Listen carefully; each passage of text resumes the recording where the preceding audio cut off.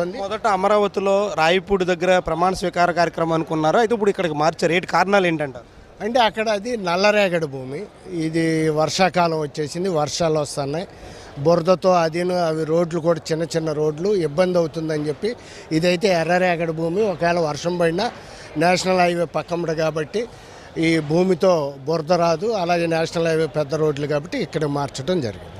Thank you. ఇది చెప్తున్నారు. ఖచ్చితంగా వాస్తవానికి అనుకున్నటువంటి వేదిక కాకుండా ఇక్కడికి మార్చడానికి అనేక కారణాలు కనిపిస్తున్నాయి. వర్షాకాలం వర్ష సూచన కూడా ఉన్నటువంటి నేపథ్యంలో జాతీయ రహదారికి సమీపంలో ట్రాన్స్పోర్ట్ అందుబాటులో ఉండడం, వస్తున్నటువంటి కీలకమైనటువంటి నేతలకి, జాతీయ స్థాయి నేతలకి భద్రతా కారణాల రీత్యా కూడా ఈ ప్రాంగణాన్ని ఎంపిక చేసినట్టుగా కూడా టీడీపీ నేతలు చెప్తున్నారు. ఈ ప్రాంగణంలో రేపు భారీ సంఖ్యలో వివిధ ప్రాంతాల నుంచి తెలుగుదేశం పార్టీ, జనసేన, బీజేపీ శ్రేణులు తరలి రాబోతున్నటువంటి నేపథ్యంలో అందరికీ ఇక్కడ తగినటువంటి ఏర్పాట్లు చేస్తున్నారు. మనం కూడా చూడొచ్చు, ప్రాంగణంలో అన్నీ కూడా తీర్చిదిద్దుతున్నారు.